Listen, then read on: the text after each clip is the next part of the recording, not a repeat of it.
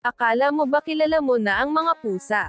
Bago matapos ang video na ito, may mga cat facts kang siguradong ikagugulat.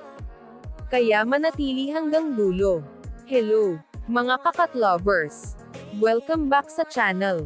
Ngayon, pag-uusapan natin ang 10 nakakabilib na katotohanan tungkol sa ating mga paboritong pusa. Fact #1, alam mo bang ang pusa ay natutulog ng 12 hanggang 16 na oras bawat araw? Ang mga kuting at senior cats ay maaari pang matulog ng hanggang 20 oras. Fact #2, hindi lahat ng pusa ay takot sa tubig. May ilang lahi tulad ng Turkish Ban na mahilig pang ang lumangoy. Fact #3, ang ilong ng bawat pusa ay may natatanging pattern, katulad ng fingerprint ng tao.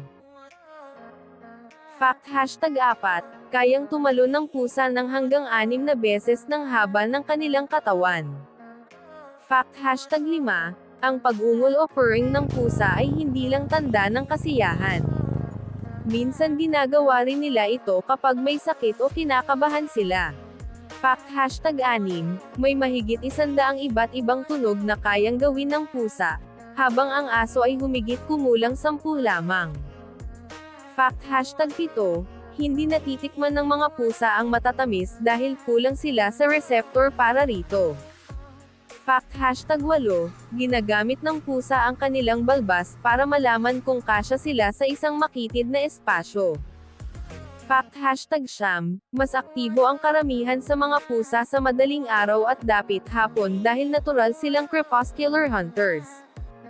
Fact #10, kapag mabagal kang kinurapan ng pusa, ibig sabihin nito ay komportable at nagtitiwala siya sa iyo. Tinatawag pa nga itong cat kiss. Alin sa mga facts na ito ang pinaka-nagulat ka? Ay comment mo sa baba.